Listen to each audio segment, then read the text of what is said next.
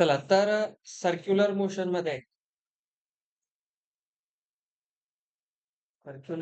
मध्ये आपण last time पर्यंत ऍक्सिलरेशनचा कॉन्सेप्ट पूर्ण केलेला आहे. ऍक्सिलरेशन मध्ये आपण सेंट्रिपिटल ऍक्सिलरेशन काय असते पाहिलं. त्याच्यानंतर एक कोणतं होतं, टँजेन्शियल ऍक्सिलरेशन जे अलॉंग टँजंट असतं, आणि दोघांचे मिळून होणारं नेट ऍक्सिलरेशन. आज आपण डायनॅमिक्स शिकणार आहोत. फिजिक्स मध्ये कोणत्या कॉन्सेप्टचे दोन फेज असतात. एक असतं त्याचं स्टॅटिक्स आणि एक असतं डायनॅमिक्स.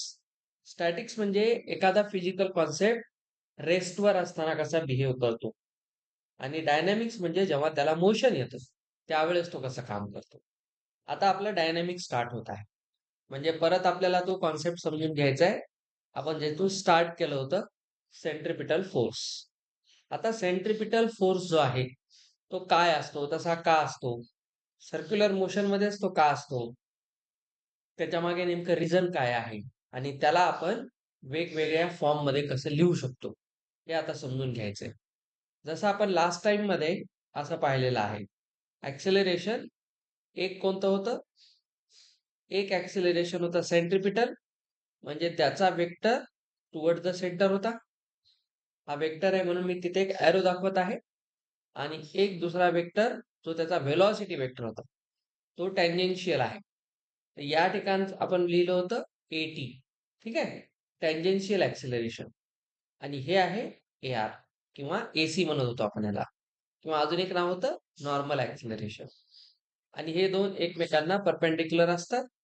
आणि यात आपण पाहिलं होतं या दोघांचा इथून जो जातो तो असतो नेट ऍक्सिलरेशन. हा ए नेट होता, आणि ए नेट आपण लिहित होतो under root A R square plus AT square.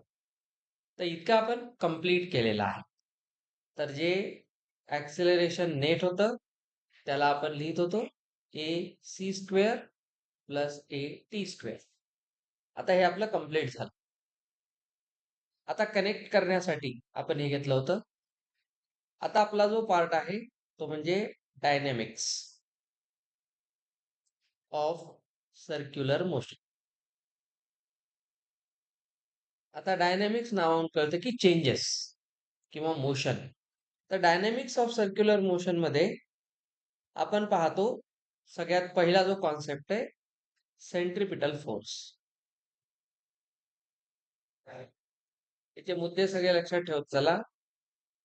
आता जो सेंट्रिपिटल फोर्स आहे याचं दुसरं नाव आपण काय लिहिलं होतं, centre seeking force.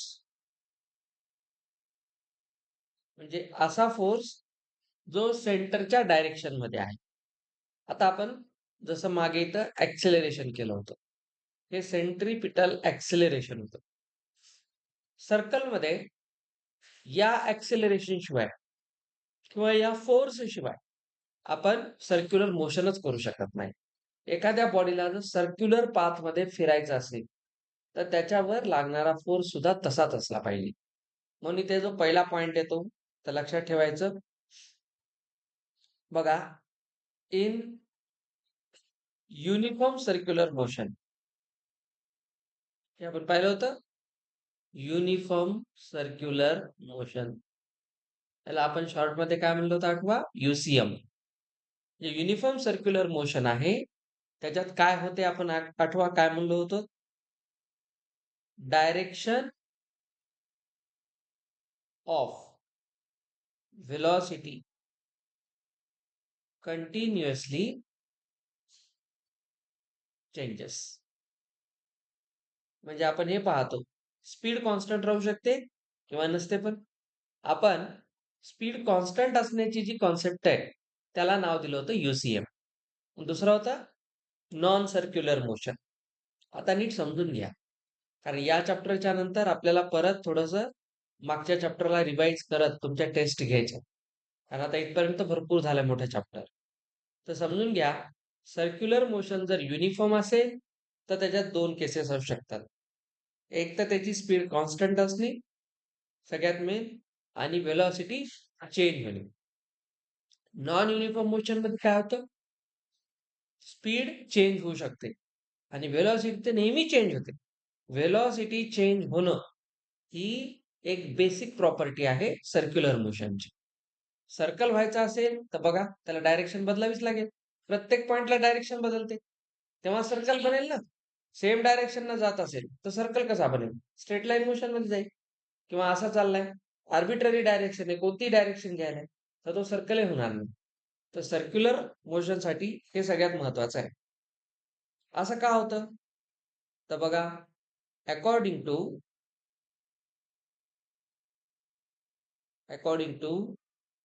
Newton's first law. First लॉचं काय नाव होतं आठवण? याला आपण म्हणतो लॉ ऑफ इनर्शिया. न्यूटनचे जे 3 लॉ होते त्यातला पहिला आहे लॉ ऑफ इनर्शिया. त्याला आपण जडत्वाचा नियम म्हणतो. म्हणजे एखादी बॉडी आपल्या मोशनला तेव्हाच चेंज करते जोपर्यंत त्याच्यावर, किंवा तेव्हा चेंज करते जेव्हा त्याच्यावर एखादा अनबॅलेन्स्ड एक्सटर्नल फोर्स लागतो. आता हा माऊस इथं आहे, ह्याच्यावर जर कोणताही एक्सटर्नल फोर्स नाही लागला आणि तोही अनबॅलेन्स्ड, तर हा माऊस असाच राहणार. हा आपली डायरेक्शन कधीच नाही बदलणार. आता मी याच्यावर माझ्या हाताने एक एक्सटर्नल फोर्स अनबॅलेन्स लावायलो. अनबॅलेन्स अर्थ काय? याच्यावर जे दुसरे कोणते फोर्सेस लागत असतील त्याच्यापेक्षा माझ्या हाताचा फोर्स वेगळा आहे. तर बघा ही बॉडी मोशन मध्ये आली. तर इथे मोशन मध्ये येणं, त्याच्याशिवाय व्हेलॉसिटी चेंज होणार नाही. मोशन तर पाहिजेच. म्हणून आपण याचं नाव डायनॅमिक्स ठेवलं. इथे मोशन आहे, याच्यामध्ये चेंजेस आहे. तर न्यूटनचा फर्स्ट लॉ सांगतो, या लॉ नुसार आपण काय म्हणू शकतो?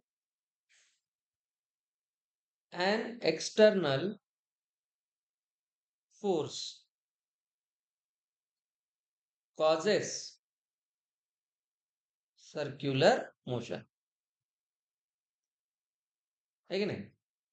पहिला नियम तोच आहे. एक्सटर्नल फोर्स जोपर्यंत लागत नाही तोपर्यंत बॉडीचं मोशन होत नाही.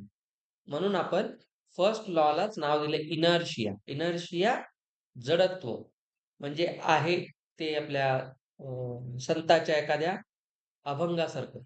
ठेविले अनंते तैसेची राहावे. ठीक आहे नाही? जसं ठेवलंय तसंच राहणे. याला म्हणतात इनर्शिया. जोपर्यंत कोणी आपल्यावर काही चेंज करत नाही आपण आहे तसंच राहायचं. म्हणजे बसलंय तर बसूनच राहायचं. जोपर्यंत कोणी चाल म्हणत, उठ म्हणत, बरं उठलंय तर उठायचं, बसायचंच नाही. जोपर्यंत कोणी बस म्हणत नाही. म्हणजे स्वतःची अक्कल वापरायचीच नाही. एक्सटर्नल फोर्स लागणार. स्वतः काय नाही, आपण एवढंच ठरवलंय. हा, त्यानं म्हणलं तरच मी करणार. याला आपण इनर्शिया म्हणतो. तर वस्तूमध्ये तसंच असतं. तर सर्क्युलर मोशन मध्ये एक एक्सटर्नल फोर्स लागेल. ठीक आहे.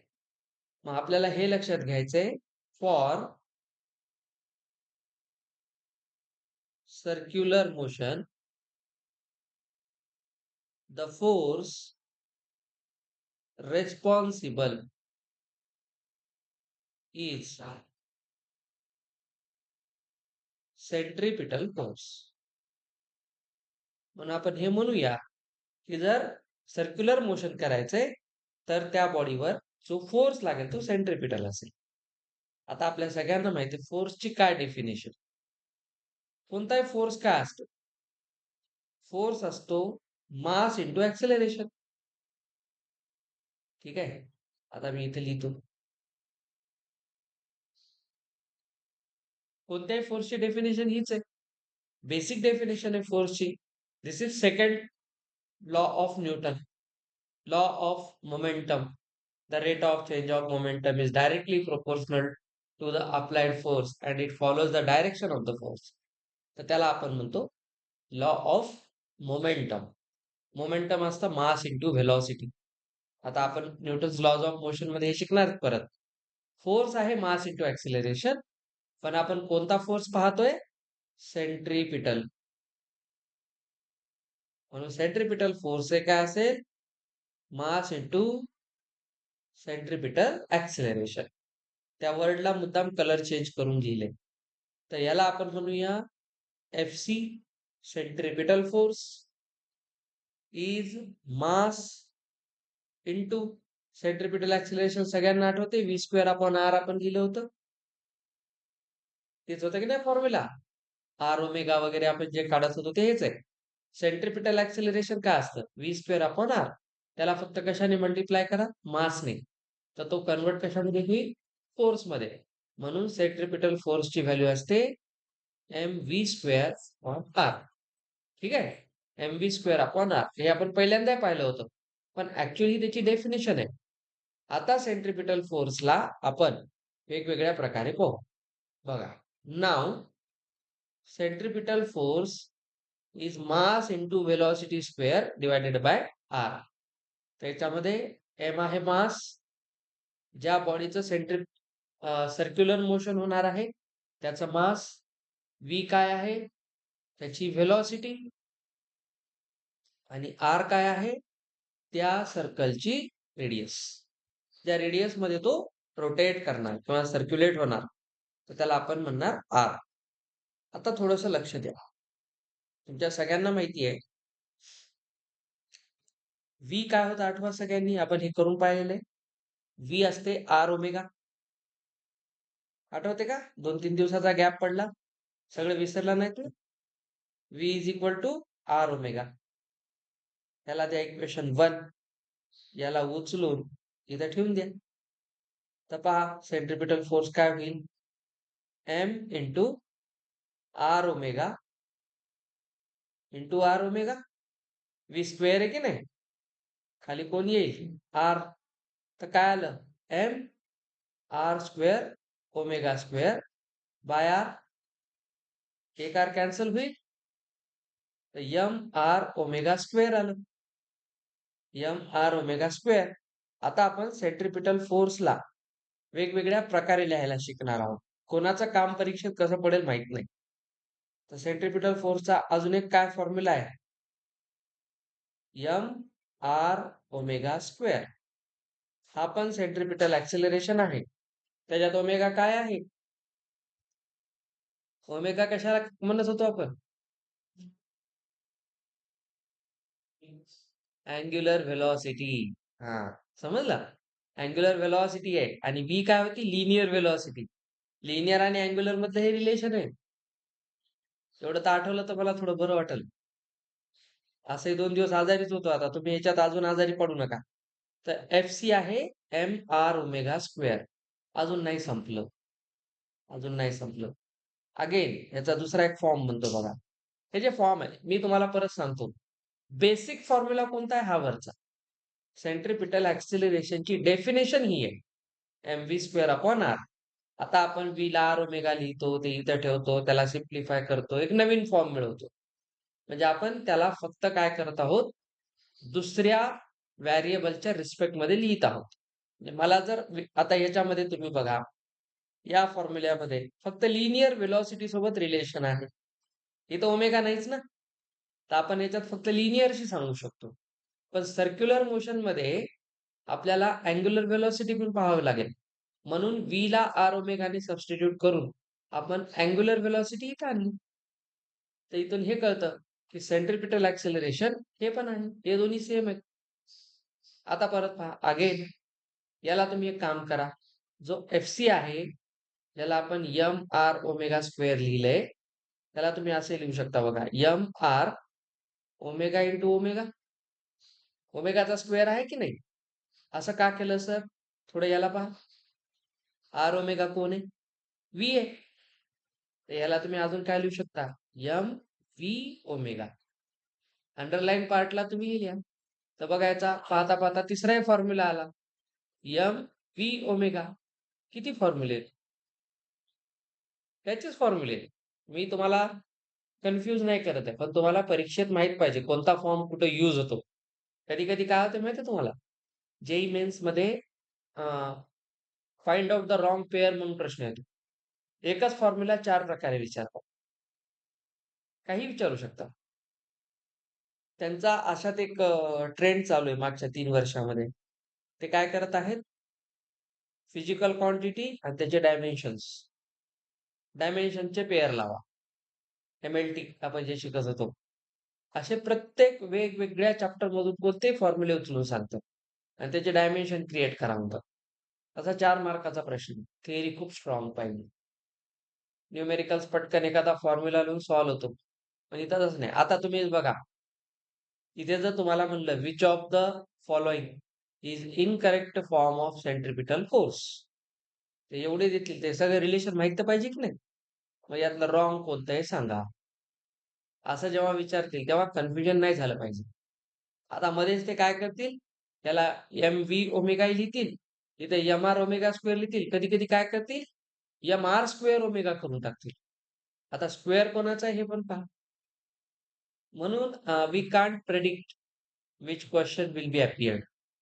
असं काहीच प्रेडिक्शन नाहीये जेईई मेन्सला. त्यांच्या मनावर आहे कोणत्याही प्रश्नाला कसंही फिरवता येतं. म्हणून आपल्याकडे शस्त्र तयार पाहिजे.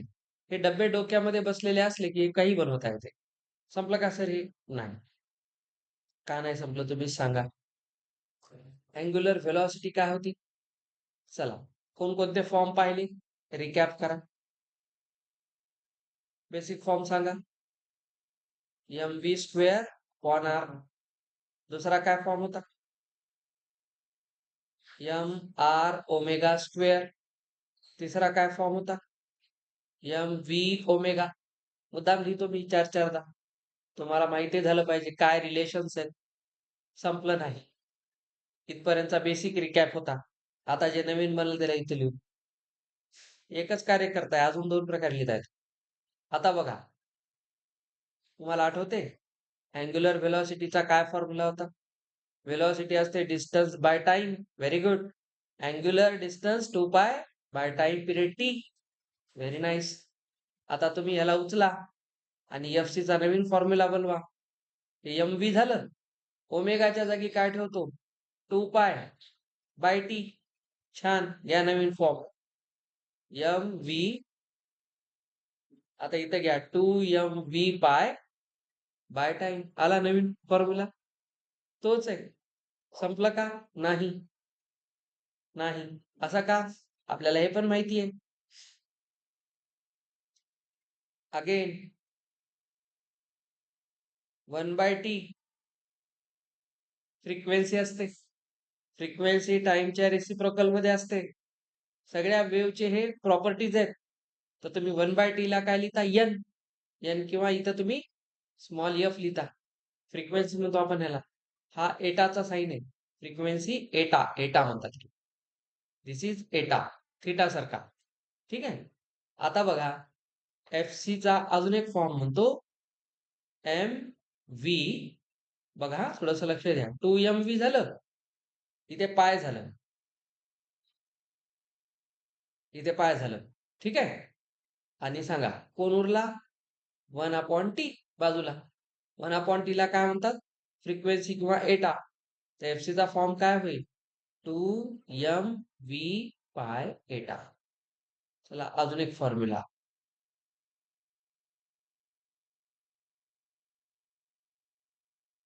यायला लक्षात? 10वीला उगा एवढ्यावर आपली बोळवण केली होती. तो सांगून बाजूला चालते. त्याचं खरं रूप इकडे आहे. हे एवढं चालतं. आता बघा, हे सगळे जे फॉर्म्युले आहेत 1 2 3 4 5, हे ऑल आर सेंट्रिपिटल फोर्सेस.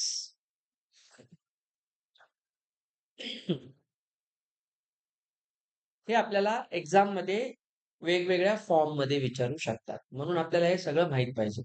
बरं, यातलं एकही पाठ करायचं काम नाही. समजलं ना? आपल्या मनात बिलकुल येऊ देऊ नका, हे पाठ करावं लागतं. काही नाही. बेसिक एवढं लक्षात ठेवा. व्ही ला आर ओमेगा ठेवलं की हा भेटतो. आर ओमेगा मध्ये या ओमेगाचा एक पेअर ओमेगा आर सोबत दिला की हा व्ही भेटतो.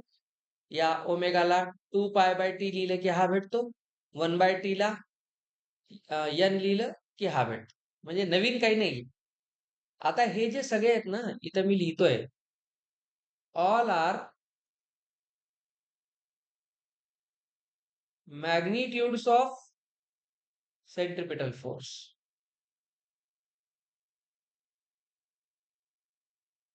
हे सगळे सेंट्रिपिटल फोर्सचे काय होते? मॅग्निट्यूड्स. असं का बरं सर? फोर्स आहे. Force is a vector quantity. समजलं? मग फोर्स जर वेक्टर क्वांटिटी असेल तर त्याला एक डायरेक्शन असेल की नाही? आपल्या या फॉर्म्युल्यात आपण डायरेक्शन दाखवलीच नाही, तो फिर क्या करे? ऐका, याच्यामध्ये हे दोन फॉर्म्युले जे आहेत हे जास्त महत्वाचे आहेत. पहिले दोन. आता आपल्याला एक गोष्ट लक्षात घ्यायची आहे.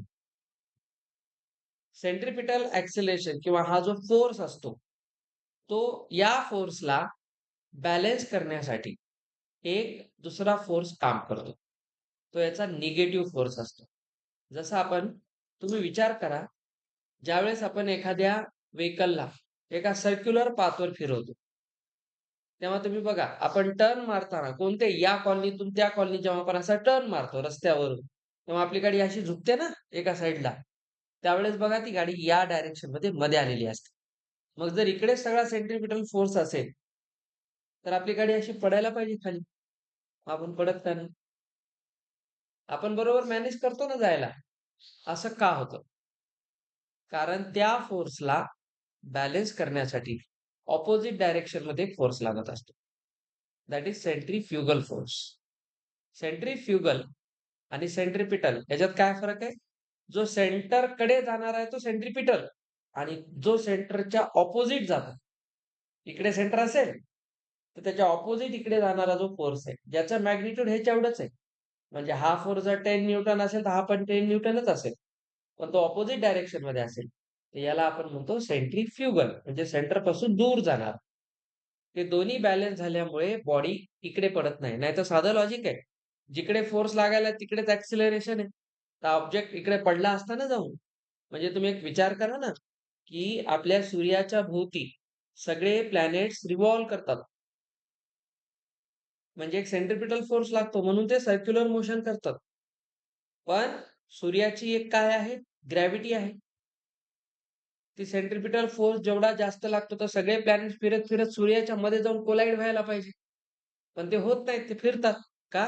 कारण त्याच्या ऑपोजिट डायरेक्शन मध्ये तेवढाच एक दुसरा फोर्स काम करतो.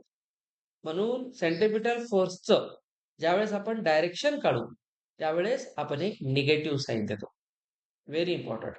म्हणून आता आपल्याला ज्यावेळेस या फोर्सला काढायचंय, बघा, एक एक पिरियड तुम्हाला एक एक कॉन्सेप्टवर सांगतोय म्हणून समजून घेत चला. आता आपण पाहूया vector form of centripetal force.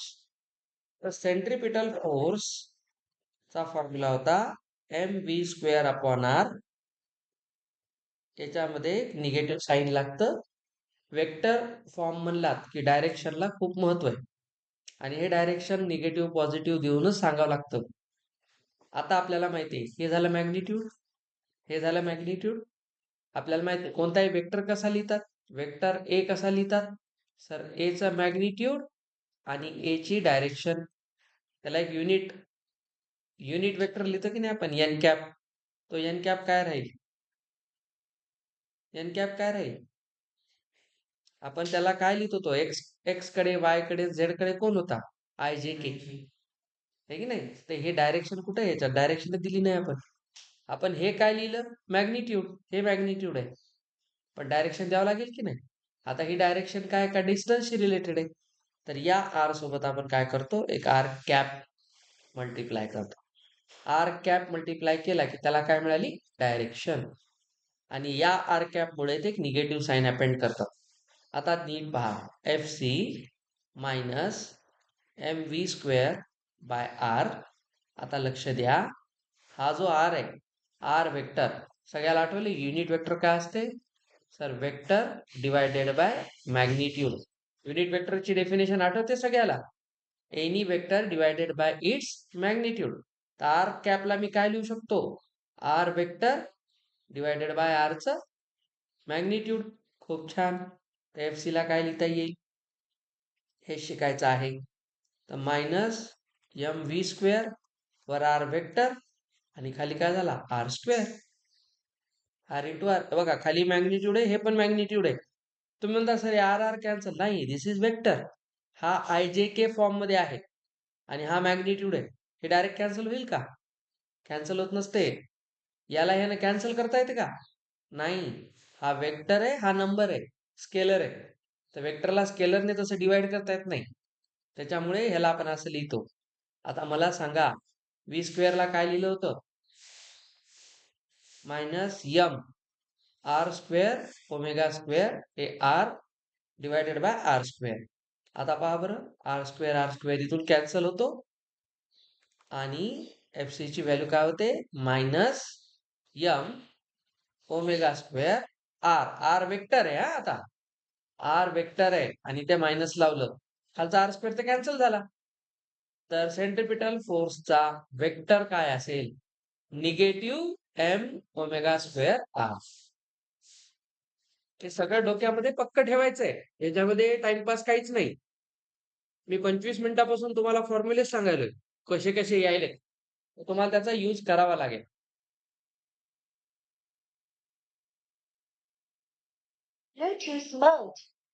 समजलं इथपर्यंत? आता एक काम करा, याला मी मागे लिहितो. तर रिकॅप मध्ये याचा वेक्टर फॉर्म काय असेल? F C is equal to minus M omega square R. R हा वेक्टर आहे. वेक्टर म्हणजे ह्याला आपण पुढे लिहू तेव्हा आय जे के मध्ये लिहू. मी आता इथे याला पॉज करतो, हे सगळे फॉर्म एकदा पाहून मला. चला, ते इथं सेंट्रिपिटल फोर्स म्हणजे हे पिटलं तयार झालं, सेंट्रिपिटल. आता आपण त्याचा ऑपोजिट पाहणार आहोत, सेंट्रीफ्युगल फोर्स. आता सेंट्रीफ्युगल फोर्स जो आहे, ऍक्च्युअली यामध्ये अजून एक कॉन्सेप्ट आहे, 2-3. वर्क डन किती होतं, फोर्स किती लागतो, नेट फोर्स किती लागतो. पण हे वर्क एनर्जी पॉवर चॅप्टर शिकल्यावर कळणारी गोष्ट आहे. तर आता आपण फक्त ह्याला या चॅप्टर पुरतच लक्षात ठेवूया. सर्क्युलर मोशन हा बऱ्यापैकी वेगळा सोबत घेऊन चालतो. आता सेंट्रीफ्युगल फोर्स काय सांगतो नीट पहा. सगळ्यांनी लक्ष द्यायचं. समजा हा सेंटर आहे, सर्कलचा इथे सेंटर आहे, चुकला. आता सांगा याच्यामध्ये सेंट्रिपिटल फोर्सची डायरेक्शन कुठं असेल? इथे असेल. ही सेंट्रिपिटल फोर्सची डायरेक्शन आहे, आपल्या सगळ्यांना माहिती आहे.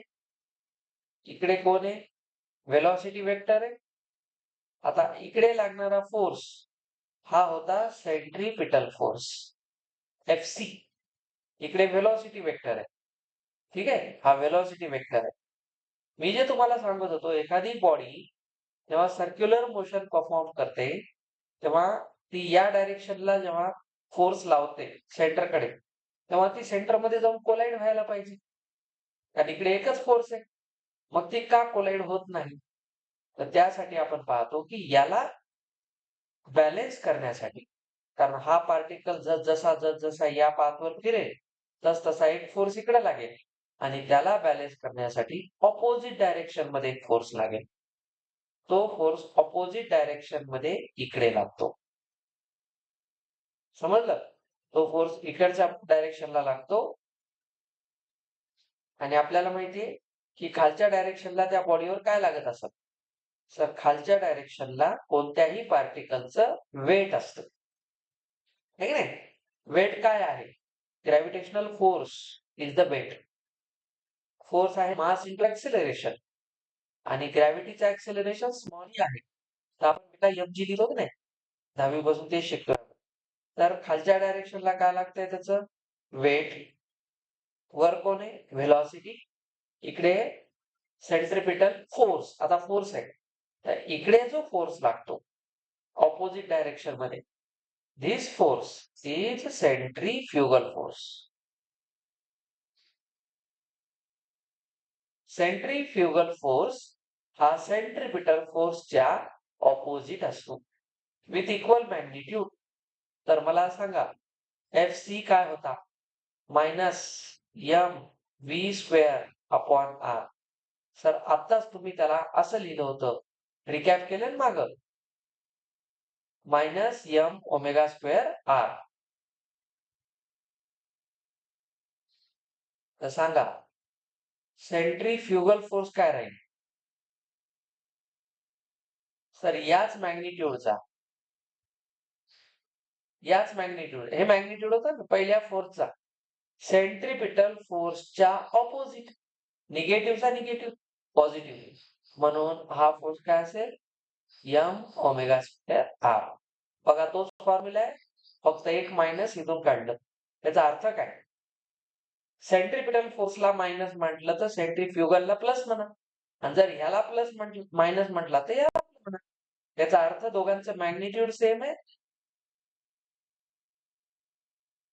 सगळे फॉर्म्युले फक्त एक एक्स्ट्रा निगेटिव्ह अपिअर करणार कारण ह्याच्या ऑपोजिट काम करत बाकी सगळे तेच याचा आपण होणारच आहे.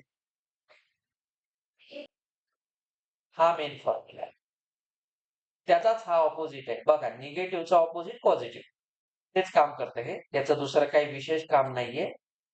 आणि बघा याला जर तुम्ही वेक्टर फॉर्म मध्ये लिहितो म्हणलात तर आता आपण काय लिहिलं होतं mv स्क्वेअर अपॉन आर आणि इथं आर कॅप लिहिलं होतं फक्त इथं मायनसचा प्लस झाला कळलं. तर याचा जो सेंट्रिफ्युगल फोर्स आहे त्याला वेक्टर फॉर्म मध्ये असं लिहितात vector form of centrifugal force. Okay तर ही सगळी स्टोरी आता तुम्हाला पुढच्या पार्टमध्ये म्हणजे उद्या आपण ह्याचे वेगवेगळे एक्झाम्पल्स पाहणार आहोत की सेंट्रिफ्युगल आणि सेंट्रिपिटल फोर्स त्याच्या डेली लाईफ मध्ये काय ऍप्लिकेशन आहे आपण हे फोर्सेस का शिकतो. जसं इथं सर्क्युलर टर्निंग ऑफ रोड्स सगळ्यात मेन काम आणि याच्यात तुम्हाला थोडंसं आता फ्रिक्शन वगैरे माहित पाहिजे. तुम्ही फॉर्म्युले म्हणून लक्षात ठेवा पण जेव्हा आपण ऍक्च्युअल चॅप्टर शिकू न्यूटन लॉज ऑफ मोशन त्यात आपण फ्रिक्शन बद्दल माहिती घेऊ तेव्हा तुम्हाला हे फॉर्म्युले अजून चांगले समजतील. तर आपल्याला याच्यामध्ये पुढे 2-3 फॉर्म लक्षात घ्यायचे बेंडिंग ऑफ सायक्लिस्ट कोनिकल पेंड्युलम ठीक आहे. त्याच्यानंतर एक व्हर्टिकल सर्क्युलर मोशन तो एक टॉपिक राहतो झाला.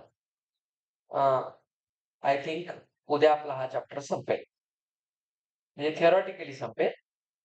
मग याचे क्वेश्चन्स आहेत तरी आपण मागे क्वेश्चन्स केलेत त्या त्या टॉपिकचे रिवाइज करत चला त्याला. आता हे सगळं आज व्यवस्थित पाहून या. ते पूर्ण लेक्चर आज सेंट्रिपिटल आणि सेंट्रिफ्युगल फोर्सचं होतं.